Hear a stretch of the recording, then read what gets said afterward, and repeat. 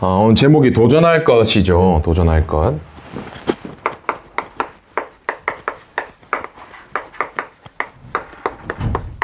도전은 언제 쓰는 단어인가요?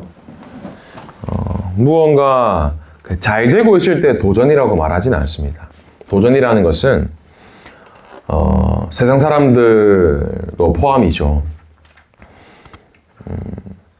어떠한 나를 넘어서는 걸 보고 도전이라고 합니다. 도약한다 할 때 그 도자죠. 그러면 도전을 할 때에는 여러 가지 상황들이 있을 거예요. 한계를 만났을 때도 있고요. 혹은 내 수준으로는 절대로 할 수 없는 여건에 놓여 있는 상황이 있을 수도 있고요. 혹은 남들이 막 반대하고 혹은 심지어는 비난하고 조롱하는 순간까지도 놓이는 시간이 있을 수 있겠죠.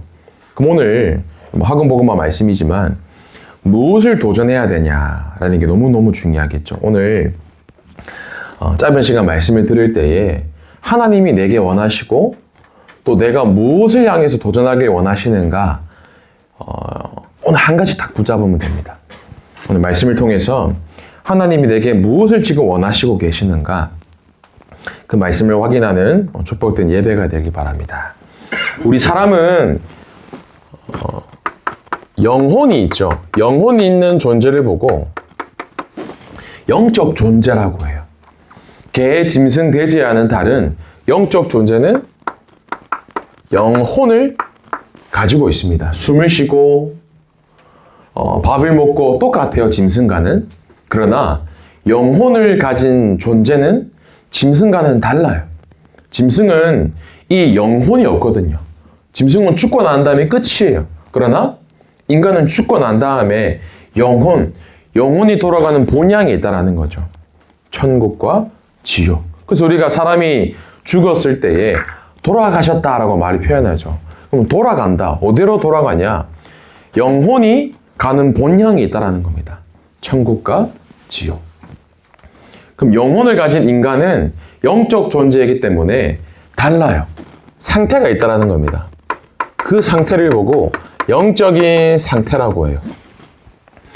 나의 지금 영적인 상태가 어떠한 상태인가 정확하게 진단할 수 있어야 됩니다. 근데 어떻게 진단을 하냐? 말씀을 많이 듣고 예배를 잘 나오고 그게 영적 상태를 진단할 수 있는 기준이 아니에요. 왜냐하면 바쁘면 예배 못 오죠. 예를 들어서 일이 해외 출장이 많은 분이에요. 그럼 어쩔 수 없죠. 실제로 전사님 지난번 교회 사역을 할 때 1년 중에 거의 한 9개월을 해외 출장을 다니시는 분이 계셨어요. 현대자동차에 그 기계 설비 라인 공장 있잖아요. 그 로봇들을 설계하는 일을 하셨거든요. 그러니까 해외에 다니시면서 공장을 막 만드셔야 되는 거예요. 터키도 갔다가 저 중국에도 가셔야 되고 미국도 가야 되고 그분이 어떻게 온전하게 예배드리긴 쉽지 않죠. 업이 있으니까. 예배를 잘 나오고 말씀을 많이 듣고 그게 내 영적 상태가 아니라 나는 기도할 수 있는가? 그게 나의 영적인 지금 상태라는 겁니다. 대부분 후대들, 랩런트들이 기도할 수 없는 상태다라고 말씀을 하시죠. 그리고 이제 황폐한 상태라고 합니다. 내가 지금 이 자리에 앉아있지만 나는 지금 기도하면서 말씀을 듣는 사람도 있고요. 가만히 있는 사람도 있어요. 오늘 이렇게 새로운 예쁜 우리 누나가 있죠, 언니. 오늘 차 태워서 오는데 이런저런 얘기하는데 이런 얘기 했습니다. 얼마나 바빠요. 이렇게 발레를 한단 말이에요. 그럼 월, 화, 수, 목, 금 일찍 학교 가야 되죠. 토요일도 학원 가죠. 그럼 잠을 언제 자냐? 그죠, 잠을. 그나마 주일에 자야 되는데 이제 깨워가지고 왔단 말이에요. 뭐 감사하죠. 하나님 보시기 얼마나 기쁘겠습니까? 뭐 몸 육신적으로도 피곤하고 힘든 상황인데도. 그런데 전사 이런 얘기 했어요. 우리 한이한테 하나 우리 예배를 드리는데 긴 시간일 수도 있지만 짧은 시간 동안에 그냥 만약에 와서 예배 드리고 가는 거라면 아무 소용없다. 무언가 하나님이 너에게 말씀하시는 것 하나 붙잡고 가야 된다. 그리고 깨달음이라고 한다. 내 마음속에 주시는 깨달음. 우리 랩런트들 중고등부 예배에 우습게 보면 안 돼요. 예배를 우습게 보는 사람은 인생이 우스워집니다. 그러나 예배에 생을 건 사람은 하나님이 그 사람의 인생을 완벽하게 책임지세요. 오늘 예배 속에 여러분들이 인생을 걸어보세요. 내가 가고 싶어하는 대학교, 내가 가고자 하는 직장, 나의 돈, 미래, 거기에 인생을 걸지 말고 변하지 않는 영원한 하나님의 말씀과 내게 주신 언약의 인생을 걸어야 되는 겁니다. 그러면 나의 영적 상태를 바르게 진단하면서 여러분들이 좀 가져야 될 것이 있어요. 영적인 눈을 여셔야 돼요. 전에 봤을 때 요즘 뭘 느끼냐면 참 진짜 멋있는 어른이 없다. 뭐 오해하지 마시고요. 너무 멋있는 어른이 없는 거예요. 전에 보는데. 뭐 당장 문제 생기고 어떤 뭐 상황 터지고 예를 들어서 내가 가진 것, 내가 쌓아올린 스펙, 내가 쌓아올린 무언가 명예, 내 것에 조금 스크래치 생기려고 하니까 문제 오니까 당장 태도가 돌변하는 거예요. 뭐 심지어 당장 떠나기도 하고. 그게 뭐냐면 전에 봤을 때 참 어른이 없구나. 진짜 영적으로 성숙한 멋있는 어른이 없다. 그리고 언약 안에 있는 사람은 다릅니다. 언약 안에 있는 사람은 달라요. 그게 나이가 많다고 어른이 아니에요. 반대로 나이가 어리다고 영적으로 미성숙한 건 아닙니다. 왜 렘넌트 7명을 그렇게 얘기하시냐? 나이와 관계없어요. 영적으로 성숙했다는 거예요. 형들이 심지어 왕이 막 뭐라 하는 거예요. 조롱하고. 네가 여기 왜 왔느냐? 네 어린 몸 가지고 뭘 할 수 있느냐? 다윗이 얘기하죠. 내가 왜 골리앗 앞에 섰는지, 내가 왜 저 블레셋 앞에 서야 되는지, 내가 어찌 이유가 없으리까? 다윗의 어린 고백이었어요. 여러분, 나이와 관계없습니다. 영적인 눈을 뜨셔야 되는데 어떠한 눈을 뜨셔야 되냐? 그 어떠한 것도 복음으로 재해석할 수 있어야 돼요. 복음이라는 말은 예수가 그리스도라는 그 복된 소식을 복음이라고 해요. 그럼 재해석이라는 말은 말 그대로 다른 사람이 해석하는 것 말고 복음의 눈으로 볼 수 있어야 되는 거예요. 그 전제 조건이 나의 영적인 상태라는 거예요. 보면서 아이고 어떻게 이런 일을 저렇게 할 수 있는가? 근데 어떻게 저런 일이 벌어지지? 그게 아니에요. 그렇게 될 수밖에 없는 영적인 상태를 볼 수 있어야 된다는 겁니다. 그 보면서 복음을 놓치고 언약이 희미해졌을 때 사람들이 어떻게 바뀌는지, 무엇이 드러나는지 여러분들이 복음을 가지고 해석할 수 있어야 돼요. 세상을 봤을 때에. 그러면서 이 눈을 가지고 영적인 세계도 볼 수 있어야 돼요. 모든 일에는 하나님이 역사하시는 것도 있지만 사단이 역사하는 것도 있거든요. 어떤 영적인 세계냐? 하나님의 나라도 있지만 사단의 왕국, 사단의 나라도 있습니다. 이런 영적 세계를 볼 수 있어야 돼요. 지금 치열하게 영적인 싸움, 하나님 나라와 사단 나라와 영적인 악령과 흑암과 성령의 싸움이 있다는 겁니다. 여러분들 이 눈을 보고 바르게 해석할 수 있어야 돼요. 그러면 선생님 조금 더 자세하게 얘기를 하면요. 세상 사람들은 어떤 흐름 속에 살고 있냐? 창세기 3장, 6장, 11장의 흐름 속에 살고 있어요. 조금 새로운 친구는 어려울 수가 있어요. 창세기 3장이 뭐냐? 최초의 사람 인간이었던 아담과 하와가 하나님의 말씀을 어긴 겁니다. 사단의 유혹에 속아서 하나님이 먹지 말라고 한 선악과를 먹은 거예요. 왜? 나를 위해서. 내가 중요하니까. 그게 창세기 3장 사건이에요. 창세기 6장은 뭐냐? 사람들이 나를 계속 드러나고 내가 중요하고 내가 원하는 대로 살다 보니 육신을 위한 삶을 사는 거예요. 내가 원하는 것을 얻어야 되고 내가 좋아하는 모든 여자를 아내로 삼고 내 육신의 쾌락을 위해 그걸 보고 네피림 시대라고 합니다. 지금이 네피림 시대예요. 그 어떠한 사람도 포함되지 않는 사람이 없습니다. 나를 위해서 내 육신과 내 육신의 쾌락을 위해 살아가요. 내가 하고 싶은 대로. 여기 창세기 6장 모습이라는 거예요. 11장은 뭐냐? 그래, 이제는 내가 원하는 것을 얻으니 내 이름을 높게 내고 싶은 겁니다. 탑을 쌓아서 저 하늘에 있는 하나님의 다짜, 바벨탑 사건이죠. 사람들이 이 흐름 속에서 지금도 살아가고 있는 거예요. 수천 년이 지났지만 동일해요. 하나님을 떠난 모든 사람은 이 흐름 속에 살아가고 있는 겁니다. 부러워하는 것들 많죠. 예를 들면요. 저 사람이 너무너무 좋은 명품 옷을 입었네. 마음속에 좀 부럽다 라는 마음이 올라올 수 있어요. 예를 들면 저 사람이 너무너무 잘생기고 예쁜 거예요. 저 사람 참 부럽다. 나도 저렇게 한번 살아봤으면. 저 사람 제가 한번 얘기했나요? 저는 고등학교를 부산에 나왔거든요. 자, 서면에 가면 지금도 있죠. 롯데백화점 있죠. 롯데백화점에 갔는데 친구랑 갔었어요. 대학생 때네요. 20살 때 대학생 때 갔는데 지금 정확히 기억납니다. 이종석 씨 아세요 혹시? 이종석 모르나요? 몰라요? 유명한 연예인인데 하여튼 키가 큰 이종석 씨 연예인이 있어요. 근데 이 연예인이 이제 팬사인을 하러 온 겁니다. 저 사람이 지나가다가 우연히 팬사인을 한 거예요. 저는 그때 처음 연예인을 봤거든요. 다르더만. 일반 사람이랑 연예인이랑 다르게 생겼어요. 이종석 씨를 보는데 너무너무 잘생긴 거예요. 속으로 나도 저렇게 한번 살아봤으면. 너무너무 부러운 겁니다.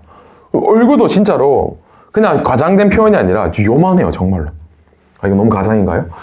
진짜 요만해요. 키도 뭐 185인가 8인가 하여튼 엄청 크고 사람들이 막 너무너무 좋아하고 하는 겁니다. 그래서 너무너무 잘생겼다. 백화점에 갔다가 화장실을 갔어요. 손을 씻고 거울을 보는데 낙심이 되더만요. 뭐 하나님 자녀가 뭐고 다 필요 없어요. 거울 보는데 너 왜 이렇게 생겼지? 이런 생각이 드는 거예요. 저 사람이 그때 나의 상태였어요. 잘생긴 게 좀 좋아 보이고 뭔가 육신적으로 좀 좋아 보이는 게 괜찮아 보이는. 근데 저 사람이 뭘 봤냐면 그게 중요한 게 아니라는 것을 살아가면 갈수록 알게 되더라고요. 뭐 이번에 뉴스 봤죠? 좀 최근에 뭐 화제거리가 되는데 아이돌과 아이돌이 서로 결혼을 한 거예요. 잘생긴 밴드 남자 아이돌 출신 한 사람과 이제 너무너무 예쁜 아이돌 출신의 여자가 결혼을 한 거예요. 그래서 뭐 옛날에 보니까 TV 프로그램에도 나왔어요. 육아에 대한 프로그램도 나오고 알콩달콩 행복하게 사는 것 같은 프로그램에 나왔는데 지금 뭐가 지금 뉴스 화제거리냐. 이 남자 측, 이 아이돌 출신 남자가 이제 늘 쉽게 말하면 이렇게 음란한 유흥업소를 늘 다녔던 거죠. 수년 동안에.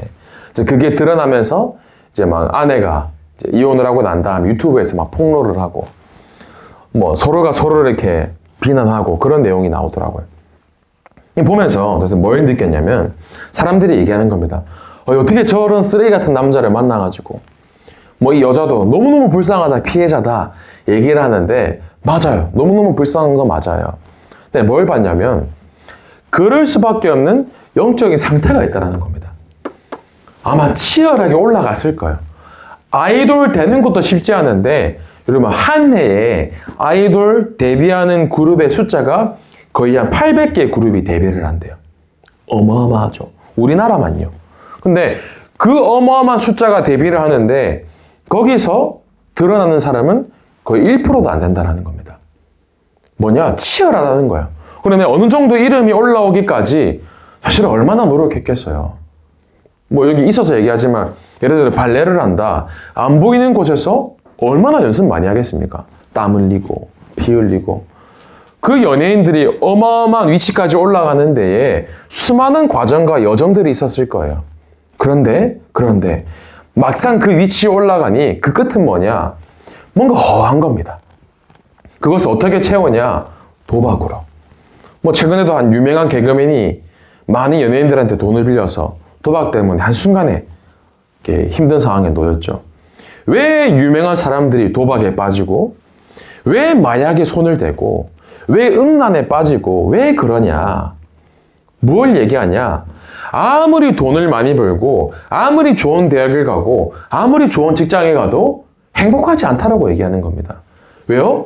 하나님을 떠난 사람은 영적인 존재는 하나님과 함께 하지 못하면 결코 행복할 수가 없어요. 근데 이거를 모르는 사람들은 뭐라고 얘기하냐? 저게 행복이야. 그러니 죽도록 열심히 공부합니다. 좀 있으면 수능이죠. 이 수능을 잘 쳐서 내가 좋은 대학, 의대를 가면 행복할 수 있을 거야. 근데 올해 초에 뉴스 봤죠? 연세대학교 의대 수능 만점자 출신 어떻게 했습니까? 학교 잘 다니고 있는데 자기 전 여자친구 찾아와서 무참하게 흉기를 가지고 급소를 찔러서 죽인 거예요. 수능 만점 받은 연세대 의대생이. 뭔 말입니까? 사람들이 무엇이 진짜 행복인지 모르고 달려가고 있는 거예요. 달려가고 보니 마치 집에 혹시 강아지 키우는 사람 있죠? 예를 들어서 오토바이에 강아지를 묶어요. 자전거에 묶어요. 상상해 보세요. 강아지를 묶고 난 다음에 오토바이를 달리면 어떻게 됩니까? 상추투성이가 되겠죠. 사람들이 마치 이 강아지 같은 거예요. 세상에 끌려가지고 그냥 달려가요. 끌려가요. 그런데 어느 순간 나는 목적지에 도착을 했는데 온통 상처투성인 겁니다. 이 흐름 속에 살고 있으니 사단의 종로를 떼어서 무엇이 진짜 참된 행복인지 모르고 살아가는 거예요. 그러니 심지어 교회를 다니는 사람들도, 심지어는 죄송해요, 대단한 전도를 하고 역사를 일으킨 목사님 혹은 중직자들마저도, 장로님들마저도 딱 내 것이 드러나는 거예요. 내 영적인 상태, 오랫동안 각인되어 있던. 그래서 오늘 뭐가 진짜 중요하냐? 예수님께서 말씀하시는 겁니다. 사람들이 나를 누구라 하느냐? 여러분들에게 이 예수가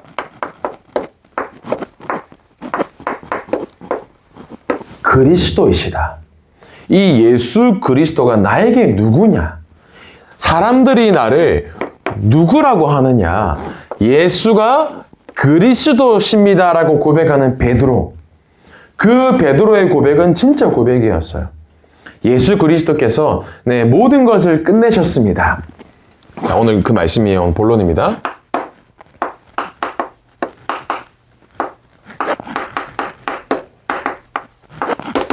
예수 그리스도께서 십자가에서 못 박히셨어요. 그 산이 갈보리 산이라는 산이었습니다. 오늘 잘 들으셔야 돼요. 중요하니까요. 갈보리라는 산에서 십자가 골고다 언덕에서 십자가에 왜 이분이 못 박히고 돌아가셨냐? 예수님은 실존하는 인물이죠. 허구의 인물이 아닙니다. 역사적으로 기록을 하고 있고 실제로 존재하셨던 분이에요. 지금 2024년도가 예수님이 태어나시고 2024년이 지난 해죠. 그러면 예수님이 도대체 왜 이 갈보리산에서 십자가에 못 박히셨냐?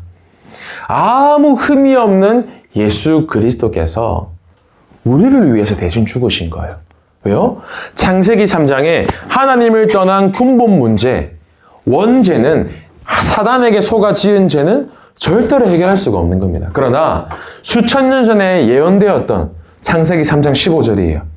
여자의 후손이 뱀의 머리를 상하게 할 것이요. 십자가에서 여자의 후손 마리아로 잉태되어서 오신 성령으로 잉태된 그 예수님께서 십자가에서 모든 문제를 끝내셨다.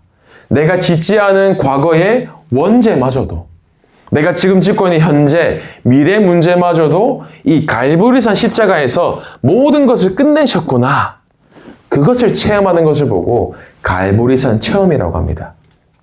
근데 이 베드로가 고백을 해요. 주는 그리스도시요 살아계신 하나님의 아들이시니이다. 그러나 아직 베드로의 상태는 고백은 했지만 아직 세상이 좋은 거예요. 내 이름이 높아지면 좋은 거고. 실제로 베드로가 예수님이 십자가에 못 박히시기 전까지도 뭐라고 얘기하냐? 내가 예수님의 수제자다. 내가 제자 가운데 1번이야 라고 얘기합니다. 사회적 위치, 명예, 성공 주장하는 상태였다라는 거죠. 그런데 렘넌트들 여러분들, 오늘 뭘 믿으셔야 되냐? 지금 살아서 역사하시는 그리스도가 믿어지셔야 돼요. 그 그리스도가 나와 함께 하시고 나는 오늘 죽어도 괜찮은 구원을 받은 거예요. 하나님 자녀라는 그 갈보리산의 체험을 오늘 새롭게 시작하고 누리시기를 바랍니다. 그러면 그 갈보리산의 체험을 한 제자들이 어디로 모였냐면 예수님이 부활하시고 난 다음에 이 감람산에 모였어요. 감람이라는 말은 우리 올리브 열매 있죠? 올리브를 한자로 감람이라고 합니다. 감람산에서 예수님이 부활하시고 난 다음에 제자들을 부르셨어요. 그래서 이 감람산에서 예수님께서 제자들에게 직접 미션을 주십니다. 미션. 하지 않으면 안 되는 사명이죠. 어떠한 미션을 주셨냐? 사도행전 1장 3절에 40일 동안 무엇을 말씀하시냐? 하나님 나라의 일에 대해서 말씀하세요. 그러면 하나님 나라의 일이 무엇이냐? 한마디로 나를 통해 하나님이 하시고자 하는 원하시는 일, 그걸 보고 하나님 나라의 일이에요. 그러면 더 구체적으로 얘기하면 뭐냐? 내가 속해 있는 현장 살리는 것, 내가 하고 있는 분야를 살리는 것, 내가 하고 있는 그 일을 살리는 것, 나에게 주신 만남을 살리는 것, 그게 하나님 나라의 일입니다. 그러므로 너희는 가서 모든 민족을 제자로 삼아. 오늘 본문 말씀이죠. 땅끝까지 이르러 내 증인이 되리라. 하나님은 여러분들이 그리스도의 제자, 증인 되기를 원하십니다. 그게 감람산의 미션이에요. 세 번째가 뭐냐? 그 감람산의 미션을 받은 사람이 어디로 모였냐면요. 사람 이름입니다. 마가라는 사람이 있었어요. 마가라는 사람의 집에 모인 거예요. 그 마가라는 사람의 집에 모여서 뭘 체험하냐면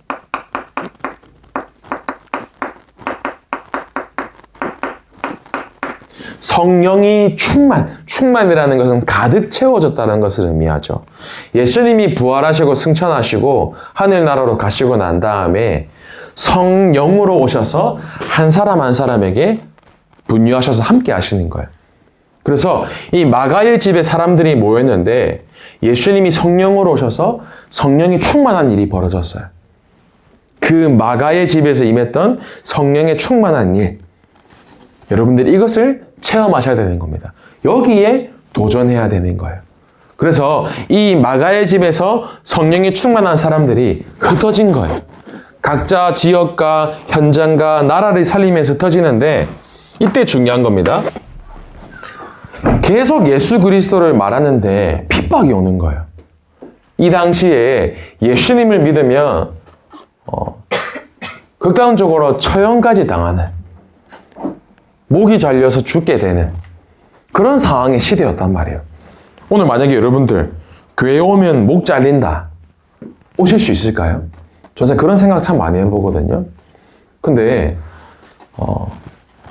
진짜 성령이 임한 문제를 만나고 핍박 만났을 때 진짜와 가짜가 구분되거든요. 그래서 조사님 봤을 때 그래, 지금은 시대가 하나님이 진짜를 찾고 계시는구나. 다른 사람이 가짜다 그 말하는 게 아니라 진짜 생을 걸고 어떠한 핍박을 받아도, 어떠한 문제를 만나도, 어떠한 누명을 쓰여도, 혹 내 스펙에, 내 상황에, 내 미래에 문제가 오더라도 그리스도로 결론난 한 사람 찾고 계시는구나.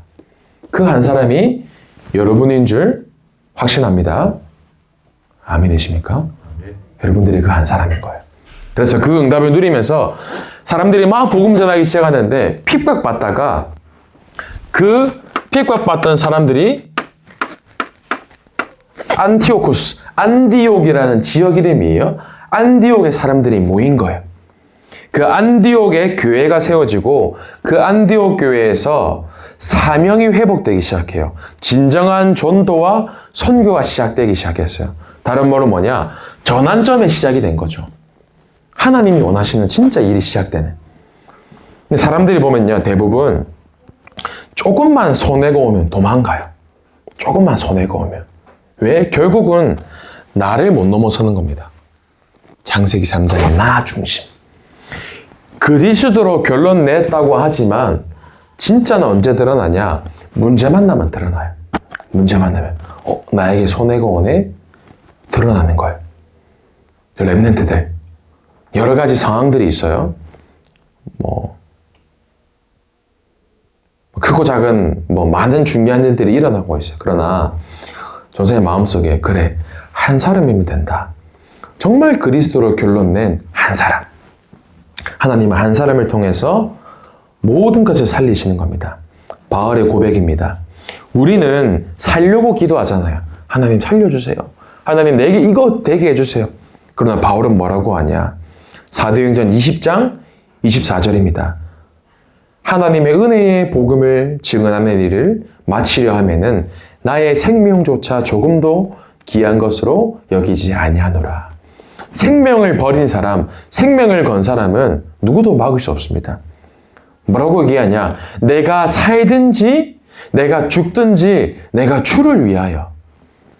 이 고백이면 되는 겁니다. 그래서 이 응답을 받은 사람들이 일어나기 시작했어요. 그래서 바울이라는 전도자가 있었어요.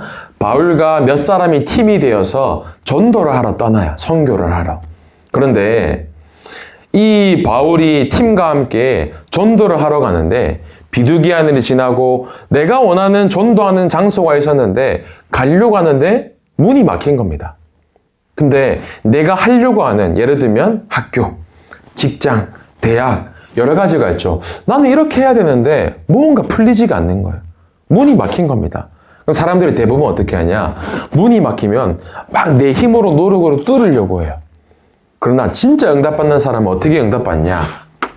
끝까지 기도하면서 내 안에 계시는 성령께서 나의 삶을 인도하시는 성령이 뭐라고 말씀하시는지 끝까지 말씀을 듣고 질문을 해요. 기도하면서.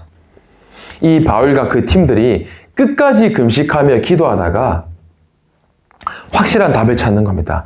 아, 성령 인도 받아서 출발했는데 하나님이 아시아도 맞지만 마게도냐로 가기를 원하시는구나.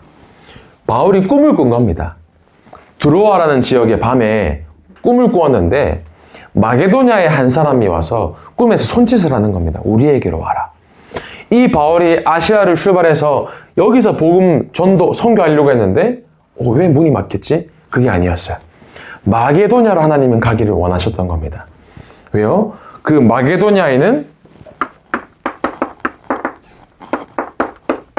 하나님이 응답을 예비해 두고 계셨거든요. 그걸 보고 전환점, 영어로 터닝 포인트라고 하죠. 완전히 바뀌어버리는. 왜 마게도냐로 가기를 원하셨냐? 빌립보라는 지역에 루디아라는 제자가 예비되어 있었어요.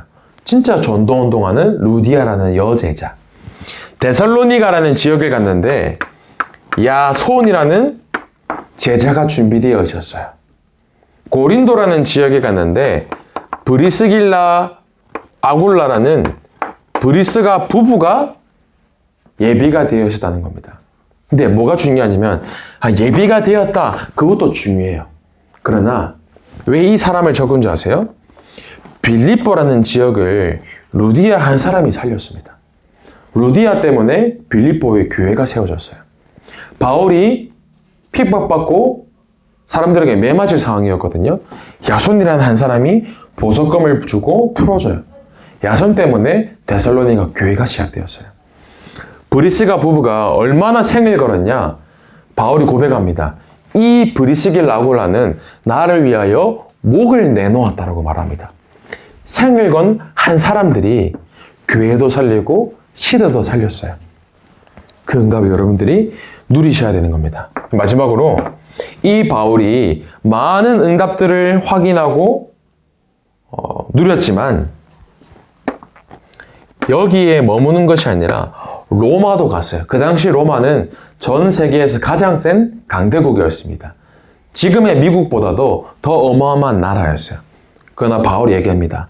내가 로마도 보아야 하리라. 그 당시 로마의 황제가 가이사라는 사람이었어요. 내가 가이사 앞에 서야 하리라. 왜요? 하나님이 분명히 땅끝까지 복음 전하라 했거든요. 전 세계에 있는 나라의 숫자를 보통 이제 은행이 거래가 되는 나라를 기준으로 237개 정도 나라가 있다고 합니다.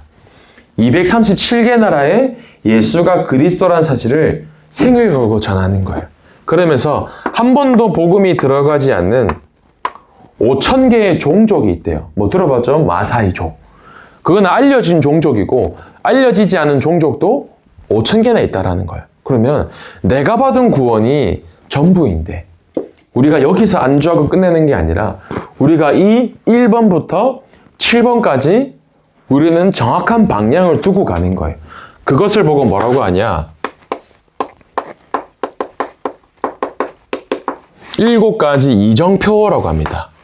오늘 사실 말씀이 7가지 이정표였어요. 이정표는 보고 가는, 우리가 어떤 목적지를 두고 갈 때 내비게이션 켜고 가죠. 그게 이정표예요. 우리의 인생의 이정표가 이렇게 돼야 돼요. 그럼 나는 지금 어떠한 이정표를 보고 따라가고 있는가? 차근차근하게 갈보리산부터 로마까지 우리 여러분들이 이 응답받는 그릇을 준비를 하기 바랍니다. 그래서 결론입니다.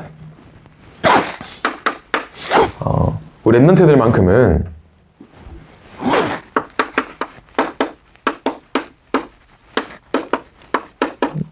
항상 하나님을 바라보는 나만의 서밋 타임이 있어야 돼요. 서밋이라는 말은 정상을 영어로 서밋이라고 합니다. 타임은 시간이죠. 정상, 하나님을 바라보는 나의 영적인 상태를 살리는 서밋 타임이 있어야 돼요. 그 시간을 가지면서 내가 영적으로 서밋이 되는 자세도 키워야 돼요. 그래, 오늘도 예배 드리고 돌아가지만 교회 안에서 그냥 수동적으로 있는 게 아니라 내가 교회 살리는 제자다. 내가 교회를 살리는 사명자다. 내가 교회 살리는 증인이고 제자다. 여기에 대한 확신과 마음을 가지고 어느 정도 되면 되냐면 흔들흔들거리는 사람 앞에서 여러분들이 증인되면 돼요. 아, 저게 진짜 신앙생활이구나. 흔들흔들하는 교회 앞에서 진짜 교회다운 교회 모습. 많은 사람들이 영적으로 미성숙한데 진짜 성숙한 그리스도인이 무엇인지 서밋 자세를 가지고 랩런트들이 본이 되면 되는 거예요. 그래서 그 서밋 그릇 또한 준비하는 증인이 되는 우리 중고등부 되기를 바랍니다. 그래서 모든 랩런트들 이 7가지 이정표를 향해서 하나님이 내게 원하시는 언약을 향해 도전하는 한 주간 되기를 소원합니다. 기도하겠습니다. 하나님 감사합니다. 우리 랩런트들의 마음속에 하나님의 말씀이 깊이 각인되고 뿌리 내어지게 하시고 우리 랩런트들이 날마다 어디에 있든지 기도할 수 있는 영적인 상태가 되게 하셔서 갈보리산의 체험으로 시작해서 우리의 남은 인생이 로마까지 땅끝까지 237 나라와 5,000개의 종족을 살린 만큼 하나님이 원하시는 세계복음화의 여정이 되는 7가지 이정표를 향해 달려가는 증인이 될 수 있도록 주의 성령께서 역사하여 주옵소서. 살아계신 예수 그리스도 이름으로 기도하옵나이다. 아멘.